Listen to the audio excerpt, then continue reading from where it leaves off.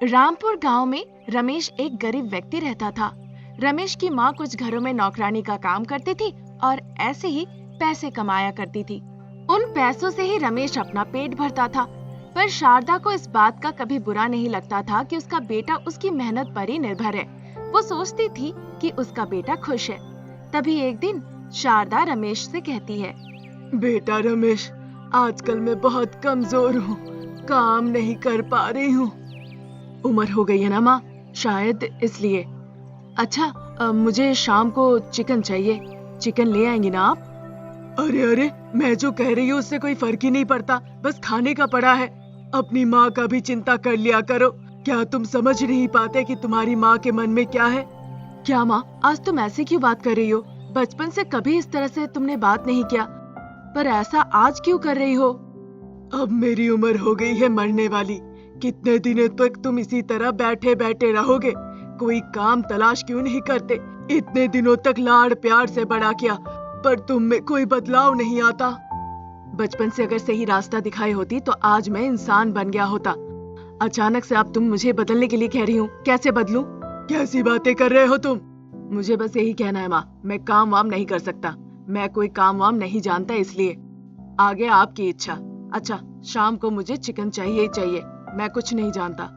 रमेश की बातें सुनकर शारदा बहुत दुखी हो गई। उसमें कोई बदलाव नहीं आया, ये देखकर उसकी आंखों में आंसू आ गए। इतने दिनों से वो अपने बेटे की भलाई ही सोचती आई थी, लेकिन बेटे के उन 5 शब्द सुनकर उसकी आंखें भर आए। अगर मैं उसे ऐसे ही छोड़ दूं तो मेरे मरने के बाद वो भटक जाएगा।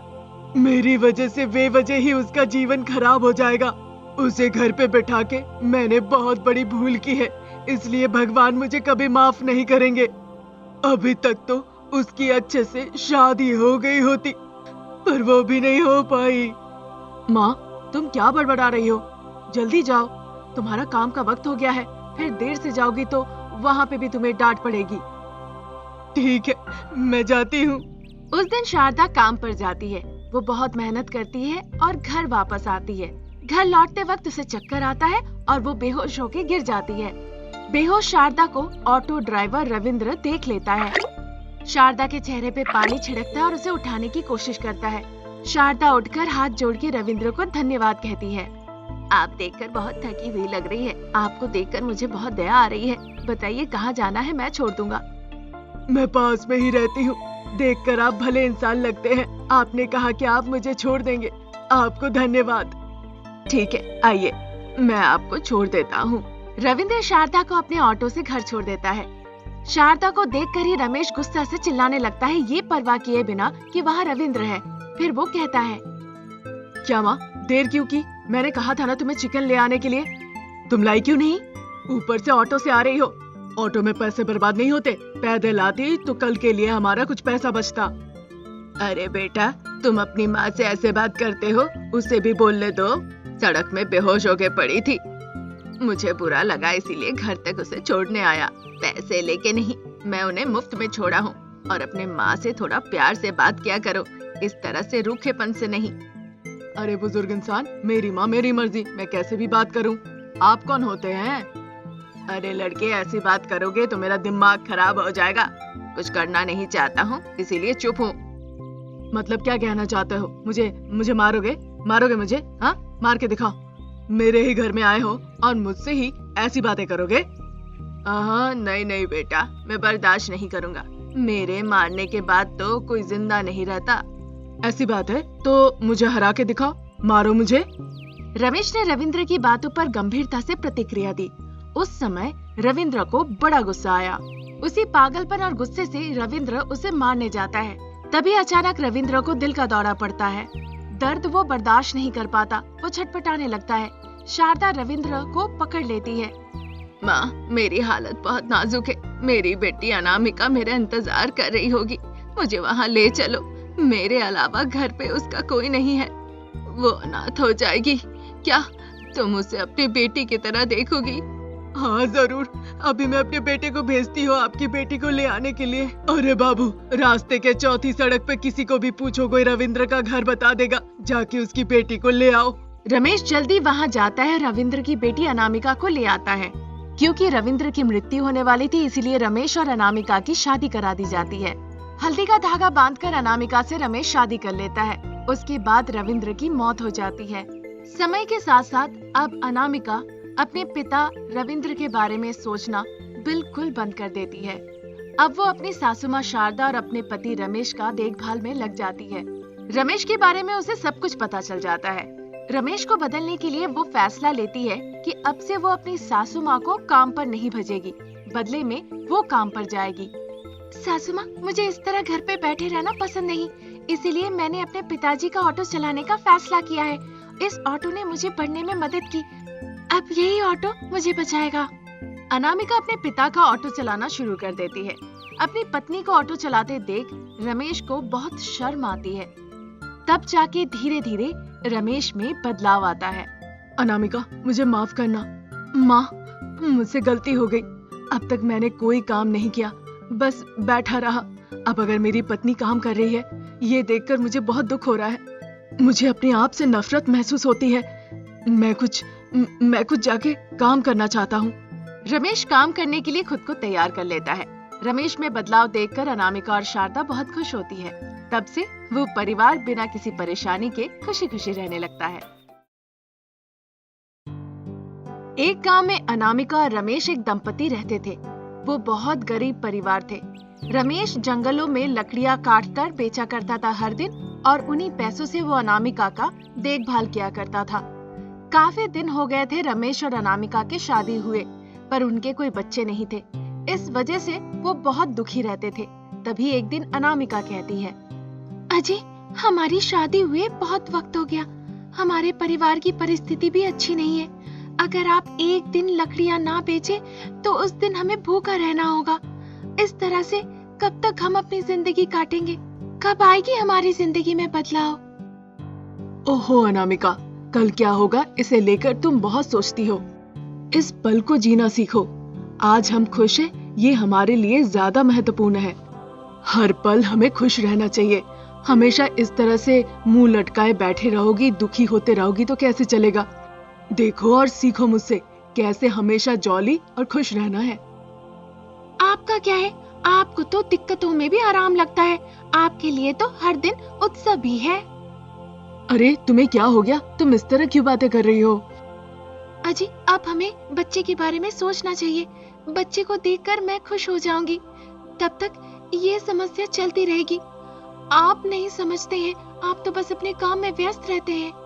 अब बातें करना बंद करो और काम शुरू करो, नहीं तो उस तरफ ग्राहक भी चले जाएंगे। मुझे इस बात का डर है। आज तो मेरे लिए जैकपॉट है। अगर पैसे जीतता हूँ तो तुम्हारे लिए साड़ी खरीदने का सोच रहा हूँ। साड़ी का तो भगवान ही जाने, पर घर में खाने का एक दाना नहीं है, उसे देखिए। अनाज के बारे में सोचेंगे तो ज्यादा बेहतर होगा। अगर इंसान का पेट भरा हो ना, तो वो करोड़पति से कम नहीं। अच्छा ठीक है, चलो लकड़ियाँ काटने चलते हैं। आज हम घने जंगल में जाएंगे। वहाँ सावधान रहना, वहाँ कीड़े मकोड़े और विभिन्न प्राणी रहते हैं। मैं तुम्हारा ध्यान रखूंगा, कुछ नहीं होगा। साथ ही तुम भी ध्यान रखना ताकि मुझे कुछ ना हो। अच्छा ठीक है जी। उस दिन रमेश अनामिका को लेके घने जंगल में जाता है। वहाँ वो अच्छे अच्छे लकड़ियों को काटते हैं और फिर उन्हें बेचते हैं। साथ ही घर लौटते हैं अच्छे पैसे कमाकर। अजी, आज हमें जो पैसे मिले हैं उससे हम अच्छा खाना खा सकते हैं। 1 हफ्ते के लिए पर्याप्त चावल ले आइए, सब्जी लाने की जरूरत नहीं। हरी सब्जियां मैं पड़ोस के बागान से लाके काम चला लूंगी। जाइए जल्दी से चावल ले आइए। ठीक है अनामिका, बस 1 मिनट में ले आता हूँ। आधे घंटे बाद रमेश घर लौट आता है, पर वो अनामिका के कहे मुताबिक चावल नहीं लाता है। वो अपना पसंदीदा बिरयानी लेकर आता है और 2 बिरयानी का पार्सल अनामिका को देता है। रमेश की इस हरकत की वजह से अनामिका बहुत दुखी हो जाती है। अरे आपने ये क्या किया? अभी के लिए ये 2 पैकेट तो काफी है, पर अगर आप इनकी जगह चावल ले आते तो हम कल भी खाना पकाकर खा सकते थे। मुझे आपसे ऐसी उम्मीद नहीं थी। आपको सब कुछ पता तो है ही ना। अनामिका, पहले जो लाया हूँ तुम्हारे लिए वो खाओ। इतना परेशान क्यों होती हो? मैं तुम्हारे लिए बिरयानी लाया हूँ और खुद के लिए एक शराब की बोतल लाया हूँ। हम मजे से खाएंगे और फिर सो जाएंगे। कल सुबह फिर उठ के हम अपने काम पे चले जाएंगे। फिर अनामिका और रमेश पेट भर के खाना खाते हैं। अगले दिन सुबह सुबह अनामिका और रमेश जंगल के लिए निकल जाते हैं। रास्ते में जंगल के उन्हें एक देवी माँ की मूर्ति दिखती है। अनामिका उस मूर्ति के सामने प्रार्थना करने लगती है। देवी माँ खुद प्रकट हो जाती है। ये देखकर अनामिका आश्चर्य हो जाती है। माँ, माँ, आप हमें आज बचाने के लिए आई हैं। हमारी सारी समस्या का समाधान कीजिए। अनामिका, तुम्हारी सारी समस्या का समाधान होने वाला है। सब कुछ अच्छा होने वाला है। वक्त आ गया है बच्चों के साथ खेलने का। आज के बाद तुम्हें चिंता करने की जरूरत नहीं। परिश्रम का फल तुम्हें मिलने वाला है। मैं बहुत खुश हूँ देवी माँ। आपकी कृपा अपरंपार। आपको कोटि कोटि प्रणाम। ऐसा कहकर अनामिका जब देवी माँ के सामने सर झुकाती है, देवी माँ अदृश्य हो जाती है। फिर खुशी खुशी अनामिका अपने पति के साथ जंगल में लकड़ियाँ काटने के लिए चली जाती है। लकड़ियाँ काटने के दौरान अनामिका और रमेश को एक पेड़ दिखता है। वो पेड़ सूख चुका था। अगर वो उस पेड़ को काट के बेचते हैं तो उन्हें अच्छे पैसे मिलेंगे। इसी आशा के साथ रमेश जाके उस पेड़ को काटता है। जब रमेश उस पेड़ को काट ही रहा था, वो पेड़ 3 टुकड़ों में टूट जाता है। अचानक उन टुकड़ों के बीच से एक शिशु निकल आता है। उस बच्चे की मुस्कुराहट देखने के बाद अनामिका का दिल ममता से भर उठा। उस बच्चे को इस तरह से वहां से निकलते देख रमेश और अनामिका बहुत आश्चर्य रह जाते हैं। बाद में वो बच्चा जोर जोर से चिल्लाने लगता है। अनामिका जाके उस बच्चे को गोद में उठा लेती है। अजी, देख रहे हैं ये बच्चा कितना प्यारा है। ये मेरा बेटा है। हम इसे पाल सकते हैं ना? ईश्वर ने इस बच्चे को हमारे हाथ में सौंपा है अनामिका। ये बिल्कुल चमत्कार जैसा है। मैं तो विश्वास नहीं कर पा रहा हूँ, पर मेरे आंखों के सामने ही हुआ। हम इस बच्चे को पालेंगे। देवी माँ प्रकट होकर मुझे आशीर्वाद दी थी। मैं बहुत खुश हूँ। ये संतान मेरा है। आज से मैं इसकी माँ हूँ। मेरी खुशी की कोई सीमा नहीं रही। ये संतान मेरा है। आज का दिन तो उत्सव जैसा है। हम इस बच्चे को बहुत लाड़ प्यार से पाल पोस के बड़ा करेंगे। आज लकड़ियाँ काटने की जरूरत नहीं है। चलो, हम इसे घर ले चलते हैं। हाँ जी हाँ, चलिए। रो रो के बेचारे का मुंह सूख गया है। चलिए इसे घर लेके चलते हैं। ऐसा कहकर अनामिका और रमेश बच्चे को घर लेके जाते हैं। घर में बच्चे को देखकर वो दंपति मानो कि बहुत उत्साहित हो जाते हैं और उनकी खुशी की कोई सीमा नहीं रहती। अजी देखिए, बच्चे की मुस्कुराहट कितनी प्यारी है। मेरा सोना। सही कहा। उसकी मुस्कुराहट के आगे तो मुझे भूख भी नहीं लग रही है। मेरा पेट वैसे ही भर जा रहा है। इसकी मुस्कुराहट इतनी अच्छी है। अगर आप अपने पेट के बारे में सोचेंगे तो चलेगा। अब से आपको इसका भी ख्याल रखना है। देखिए, बेचारा कब से रोए जा रहा है। तो फिर कुछ करो। आप यहीं रुकिए, मैं देख कर आती हूँ। अनामिका जाके पूरा घर ढूंढ आती है, पर उसे कुछ भी नहीं मिलता। बच्चे को खिलाने के लिए क्योंकि कुछ नहीं था, ये सोच के वो दोनों बहुत दुखी हो जाते हैं। अब क्या होगा जी? हमारे पास तो इसे खिलाने के लिए कुछ भी नहीं है। इसकी भूख मिटाने के लिए हम क्या करें फिर? हे माँ, इस बच्चे पे कृपा कीजिए। इस बच्चे की जान बचाइए। जब अनामिका और रमेश ऐसा कहकर रो रहे थे, तभी बच्चे के हाथ से सोने का सिक्का गिरने लगता है। उन सोने के सिक्कों को देखकर रमेश और अनामिका बहुत खुश होते हैं। फिर उन्हें बेचकर बच्चे की भूख मिटाते हैं। उन सोने को बेचकर वो बहुत पैसे कमाते हैं और बच्चे की अच्छे से देखभाल भी करते हैं। फिर वो सब एक साथ खुशी खुशी रहने लगते हैं।